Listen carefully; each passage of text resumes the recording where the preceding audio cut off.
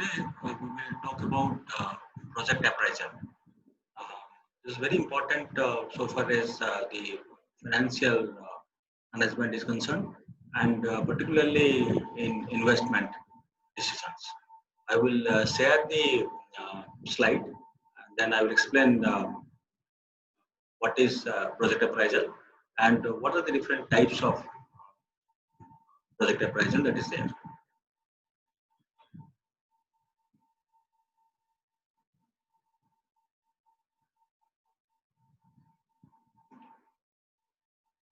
So this is the first slide, project appraisal. We'll go to the next one. What is the meaning of project appraisal? Now, project appraisal, it is a method of checking if a project or an investment is financially viable or not. Now, when a businessman thinks of investing money uh, in a project or a business, he always checks whether it will be profitable or not. So that is very, very important. And there are various ways in which this decision can be made. Now, what are the different methods of project appraisal? There are broadly 7 types of project appraisal methods, starting with payback period method, discounted payback period method, net present value method, internal rate of return method, modified internal rate of return method, profitability index method, and finally you have accounting rate of return method. So these are the 7 different ways in which you can appraise a project, or you can evaluate a project whether it is financially viable or not. Now let us look at the first method of appraisal. It is called the payback period method. Now if you so it is the time required to recover the investment in a project. So what is payback period? It is the time that is required to recover the investment in a project. Now look at this table. Here in this table, I have shown the cash flow. So the initial cash flow is 1,000 rupees. It's outflow. The inflows are these are the 300, then 300, 400, 400, and 500. So these are the inflows of cash from year 1 to year 5. Now, what you do in this method, you calculate the cumulative cash flow. So what is the cumulative cash flow? This is minus 1,000. This is minus 700. If you add minus 700 to 300, you get minus 400. Minus 400 to 400, you get 0. 0 plus 400, 400. 400 plus 500, you get 900. Right? So this is the way you calculate the cumulative cash flow. Now, if you look at the table, you'll find that in year 0, the cumulative cash flow becomes 0, right? That means by the end of year 3, you are able to recover the initial investment of 1,000 rupees that you have made. So here the payback period is 3 years, right? Now go to another example of the same payback period method. So I have taken the cash flow as year 0 is 1,000. And then the inflows are 300, 300, 200, 400, 500, like that. Now, if you calculate the cumulative cash flow, it will look like this. Minus 1,000, minus 700, minus 400, minus 200, 200, 700. So here you don't find anywhere there is a 0 figure in the cumulative cash flow. So there is a transition from minus 200 to 200.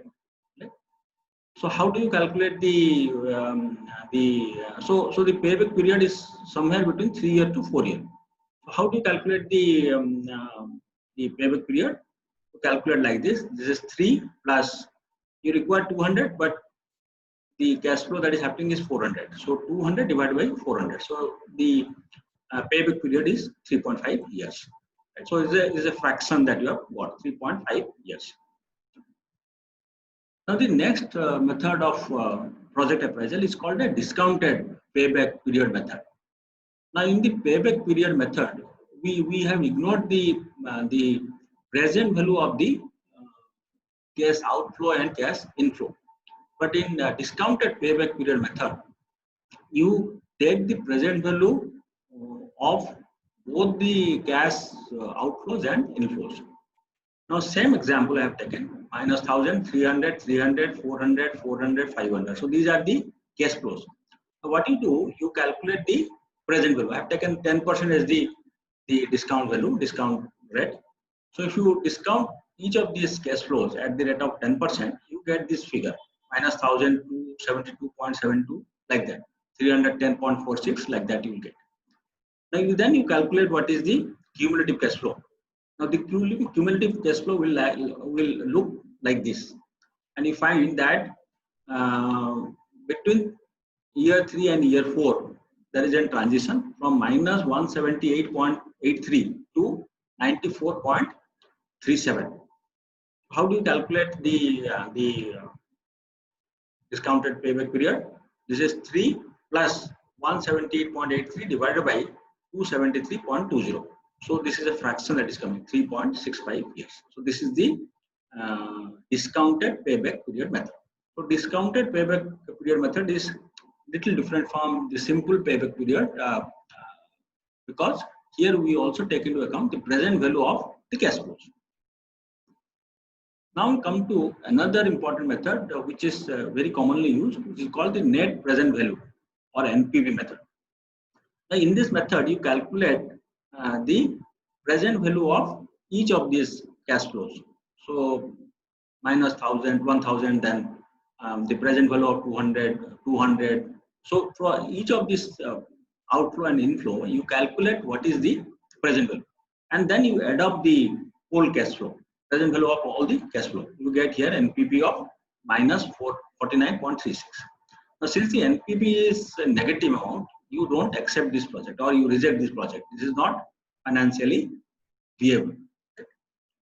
Now we'll take another example of NPV. Now here you'll find that I have taken a little different cash flow, minus 1000, 400, 300, 200, 200, 200. So a different kind of cash flow I have taken, and then I have calculated the present value. And you see that the NPV is coming 22.62. So this is a positive value. Since the NPV is positive, we can accept this project. So the rule for NPV method of project appraisal is when the NPV is positive, you accept the project. When the NPV is negative, you reject the project. Now the next one is called the internal rate of return method. Now here you try to find out the discount rate at which the NPV of your project is 0, or the discount rate at which the PV of your cash inflows is equal to the PV of your cash outflow. So that is what you try to do. Now here I have taken cash flow, this minus 1000, then these are the cash inflows. Now you have to use trial and error method to find out what is the discount rate at which the NPV of this cash flow becomes 0. So we find that through trial and error method, we find that at 13% discount rate, this NPV comes to 0. What does it mean? That we are getting a return of 13% from this project. All right. Now, if your cost of borrowing is more than 13%, then definitely you cannot take up this project. But if your cost of borrowing is less than 13%, you are able to get money from some source at a rate lower than 13%, then this particular project will be feasible because you are getting a return of 13% from this project. So we calculate the IRR to check what is the kind of return that you are getting, and from that we come to a conclusion about whether we will take the project or not, depending on the cost of fund or cost of money that you are getting. Now the next method of appraisal is called the modified rate of return or MIRR method, where what happens, the cash inflows are reinvested. Now here look at this first row, 300, 300, 300, 299, 200. These are the cash inflows. Now these cash inflows are reinvested in the project. I have considered the reinvestment rate as 10%. So let's say this 300 is reinvested for how many years? It is reinvested for 4 years. This 300 is reinvested for 3 years. And the last one, this 200 that you get, is reinvested for 0 years. So because you get at the end of the year, 5th year, so there is no scope to reinvest. So you calculate the future value of all these reinvestments, 300, 300, 300, all these amounts when reinvested for different periods. What is the future value? So you get this future value for 39.23, 399.3. So like that you get the future values. Now when you add up all these future values, you get 1730.43. That means that if you are investing 1000 rupees and then reinvesting all the cash inflows, you are getting 1730.43 after 5 years. So you use the formula 1000 into 1 plus r to the power 5 is equal to 1730.43, or the MIR or the modified IRR is equal to 1730.43 divided by 1000 square root 1 by 5, or 1/5 square root of this ratio. You get 11.59%. So the modified rate of return of this particular project is 11.59%.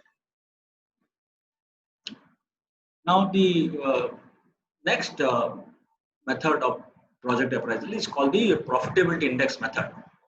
It is the ratio of PV of cash inflows and PV of cash outflows. Now let us consider two projects A and B with a discount rate of 10%. So project A cash flow looks like this, and project B cash flow looks like this. Now when you calculate the inflow of project A, these are the PV of inflow of project A. These are the PV of inflows of project B. Now when you what is the net value of this investment, this cash inflow? NPV is equal to the total of cash inflows of project A minus the investment 1000. So you get 267.63. Similarly, what is the NPV of project B? You add up from here to here. That is the total cash inflow, and then from there you minus the initial investment of 2000. So you get 349.60. Now, what is the profitability index of A? It is the total of this one.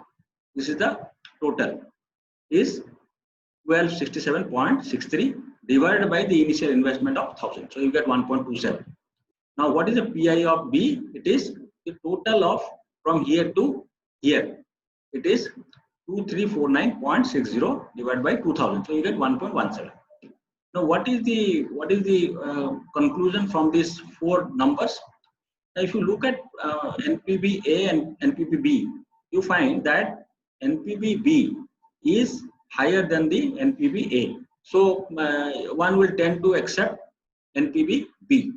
But in NPV B or in project B, you are investing more money, 2000 rupees. So you also have to look at what is the profitability index. From there, you can take a decision. Now, PIA, if you calculate, it is coming 1.27. PIB is 1.17. So the profitability index of project A is better than the profitability index of project B. Therefore, with a lower investment in project A, you get a better return. So it is a good idea to select project A instead of project B, even when the NPV of project B is higher than the NPV of project A. Now the next method of performance appraisal is called the accounting rate of return. Now here you do not take the present value concept into account. It is a simple mathematical calculation of return. So how do you calculate? ARR is the ratio of average net profit and average investment. PV concept is not used. Now look at this table. Here the investment is 1000. I mentioned the revenue is comes like this: 600, 600, 700, 600, 650 over a period of 5 years. And then expenses I mentioned. Then depreciation, equal depreciation, 200 over a period of 5 years. So profit is B minus C minus D. So these are the profits over a period of 5 years. And then after depreciation, these are the book values of the investment. So from 1000, it gets reduced to 0 at the end of 5th year. So what is the average profit? So you add off all the profit from here to here, you get 750 divided by 5, because you get that profit over a period of 5 years. So the average profit per year is 150. What is the average investment? Average investment is opening investment plus closing investment divided by 2. Opening investment was 1000, closing investment was 0. So 1000 plus 0 divided by 2 is 500. So IRR, sorry, it is ARR. So ARR is 150 divided by 500. So you get 30%. Now the last slide is how we use various calculations, or how do we make different calculations in this appraisal of investment. If you do it manually, it is little tedious, because it involves a lot of numbers, percentages, ratios. So it is little tedious. So it is a good idea to use Excel, MS Excel, to solve various project appraisal problems. Now you can use all these formulas in Excel to come to very quickly calculate the values. Like you can calculate the present value. If you know the stream of inflows or outflows, you can also calculate the net present value. You can also calculate the IRR. And similarly, you can also calculate the MIRR. It is very, very easy to use Excel and calculate this figure. If you do it manually, then it will take time and it is little tedious. So what we have essentially done today, we have understood why a project appraisal is needed, and what are the different ways in which you can appraise or evaluate a project. And most important is that the concept of present value is used in evaluating the project in most of the methods. That is what I wanted to tell you regarding this project appraisal. I hope you have understood the concepts. Please go through the slides again. I hope you should be able to understand the concepts easily. Thank you very much.